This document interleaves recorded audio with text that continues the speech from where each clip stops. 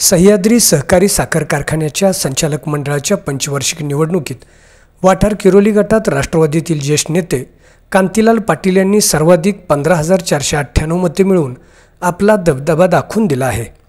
तसं पाहिले तर वाठार किरोली गटावर सातत्याने पाटलांचेच वर्चस्व असल्याचे दिसून येते। वाठार जिल्हा परिषद गटातील बहुतांशी निवडणुकीत कांतीलाल पाटील यांनी आत्तापर्यंत किंगमेकरची भूमिका बजावली असल्याची राजकीय वर्तुळात नेहमीच चर्चा रंगते।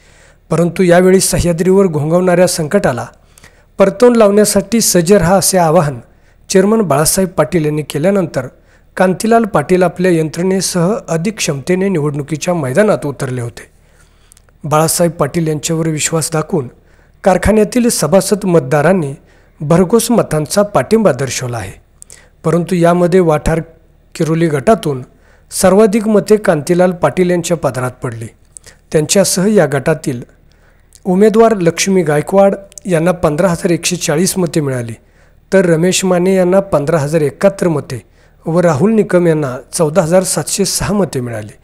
बाळासाहेब पाटील यांच्या नेतृत्वाखालील पी.डी. पाटील पॅनलने विजय संपादन केल्यानंतर सर्वच उमेदवारांच्या गावात जल्लोषात विजयी मिरवणुका काढण्यात आल्या। तारगावमध्येही डॉल्बीच्या दणदणाट करत JCBतून गुलालाची उधळण करत कांतीलाल पाटील यांची दणकेबाज विजयी मिरवणूक काढण्यात आली। ज्या वयात लोक कंबर दुखते, गुडघे चालू देत नाहीत, दिसत नाही अशा तक्रारी करतात, त्या वयातही कांतीलाल पाटील यांच्या राजकीय झंझावात पाहता वाठार किरोली गटातील जनता राजकीय पटलावर टायगर अभी जिंदा है असे म्हणताना दिसत आहे।